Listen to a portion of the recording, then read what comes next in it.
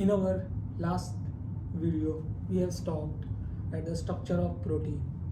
Now, today we will understand why it is important for a protein to have its a particular amount, particular shape. Yeah.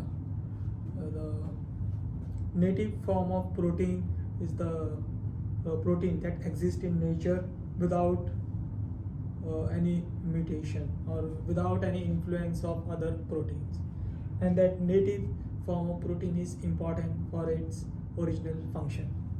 So I have considered one example of chymotrypsin.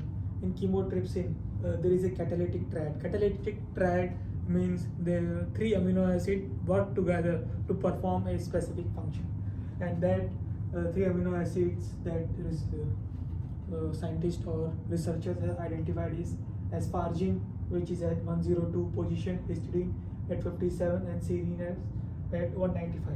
And this number 102, 57, 195 is the number of is the position of amino acid at is the position of amino acid, and the counting starts from the where the amino acid formation starts. That we have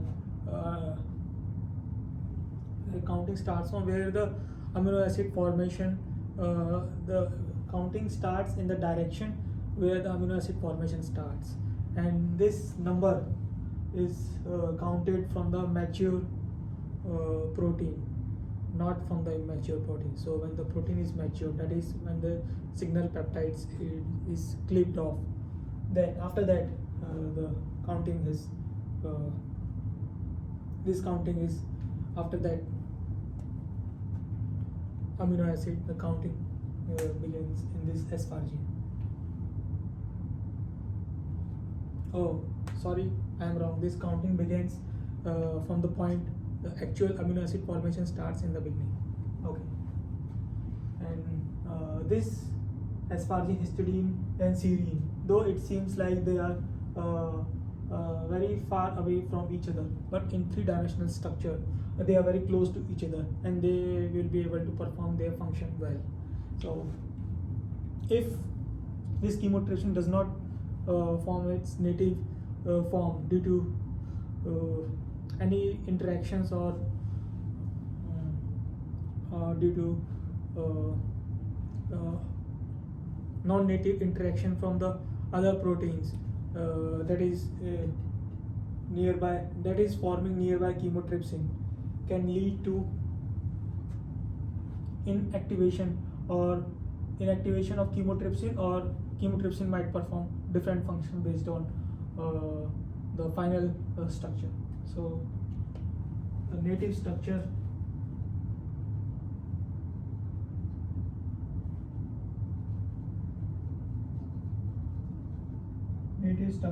of protein is important,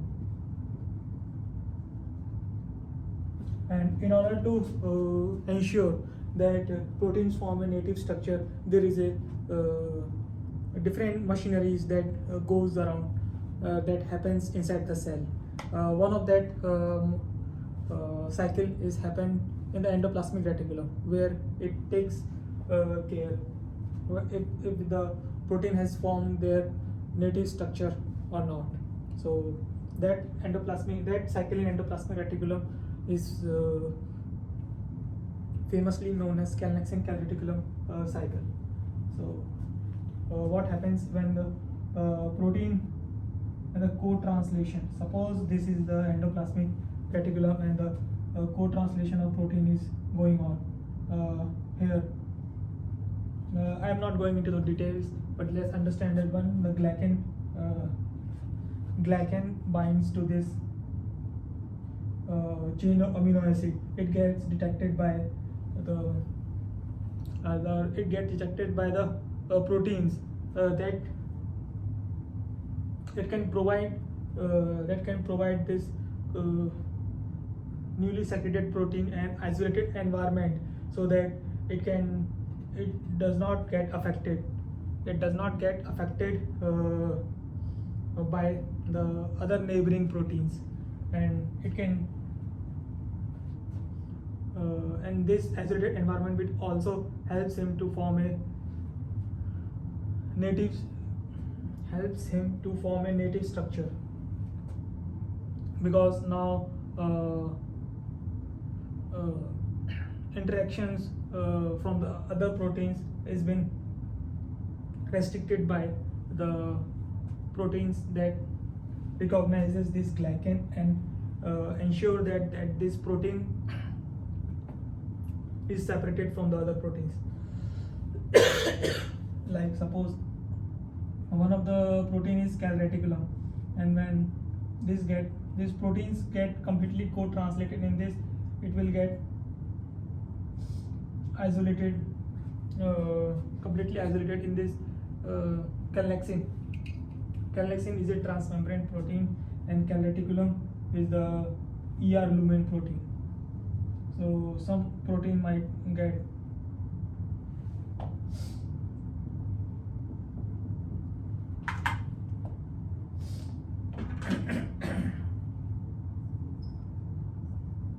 so this black, assume that this black color is the newly secreted protein that is covered by this calnexin, and this is ER lumen, this calreticulum.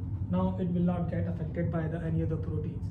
At the same time, other families of proteins, that is PDI, is protein disulfide isomerase, helps this newly secreted protein to form a native disulfide bond, and this is essential because if the protein does not form a native disulfide bond, then there are more chances that it will not perform its function, for it will not perform its original function. So this transmembrane protein in the endoplasmic reticulum that acts as a that helps in that helps the newly secreted protein to form a native structure is called calnexin, and calreticulum is similar to calnexin, but it is just it is a ER lumen protein. It is soluble within the ER lumen.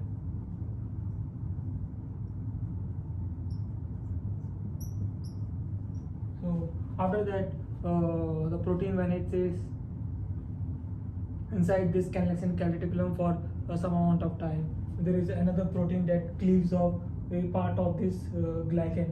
So now the protein is no longer bind to this calnexin or calreticulum, and then get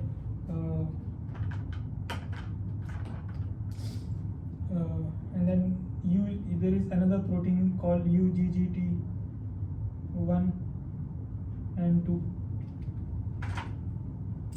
and this protein will check whether this newly secreted protein has acquired its native form or not. If it does not if this protein does not acquire its native form, then it will glycosylated this structure, this glycan, reglycosylated this glycan, and then it will again binds to the calnexin and calreticulum, and this cycle will continue for some amount of time. If the protein is not able to form its native structure even after being in the cycle for some amount of time, then after this cycle the glycan cuts off in different glycan cuts off in different way. Like now the mannose structure, I will explain about this glycan in next video, but if glycan cuts off in a manner that number of mannose decreases, then now this protein will no longer bind back to the calnexin and calreticulum, whereas it will go to the ERAD mechanism. And ERAD is known as endoplasmic associated degradation. So we will discuss further about this thing in the next video. Okay, thank you.